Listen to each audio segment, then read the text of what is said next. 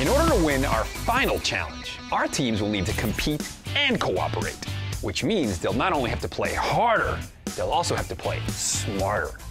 Well, we are expanding our brains, talking about Brain Games Season 2. For those who might not be familiar, explain a little bit about what Brain Games does and how you guys are going to make my brain a lot bigger. Sure. Well, Brain Games is a pop science series about the brain, the ABCs of perception, how your brain perceives and misperceives reality.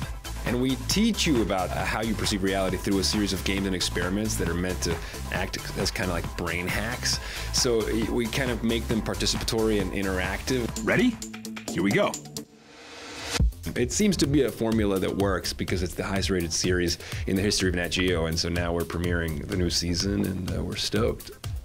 Now, how do you guys figure out which games you're going to be playing on the brain? We work with brain scientists that help us adapt real lab experiments into like visual forms that we can actually make TV friendly. Sure. So a lot of times we perform the games on volunteers and people that come in, and we do it on the show for those people, but then we also adapt them into visual games that people at home can play. And it's the combination of those two things, ping-ponging between watching people play the games and then you getting to play the game yourself as an audience member. Yeah. It makes for an interesting combination. So what can we expect for Season 2 with Brain Games?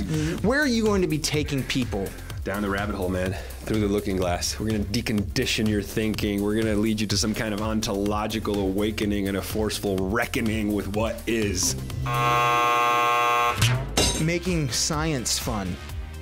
Well, is that something that's even possible? Science fun? Of course it is. I mean, I'm a big fan of Carl Sagan. I think he was a legendary figure, and his ability to communicate ideas about science, about astronomy, about space with this reverential awe. And for me, if you're able to awaken that wonder of people, if you're able to communicate that wonder, that's actually the only time that science is relevant to people's lives. I mean, we enjoy science and technology every single day, but we kind of take it for granted, and it's only when these ideas are presented in compelling ways that we're like, holy crap. Like, we have this amazing biological computer in our heads that's the most complicated object in the universe, and I think that's kind of astonishing. I think smart is the new sexy, and I think that the success of Brain Games speaks to that. Smart is the new sexy, nerd is the new cool. That's right. It's all this great stuff happening to our smart people. The red team!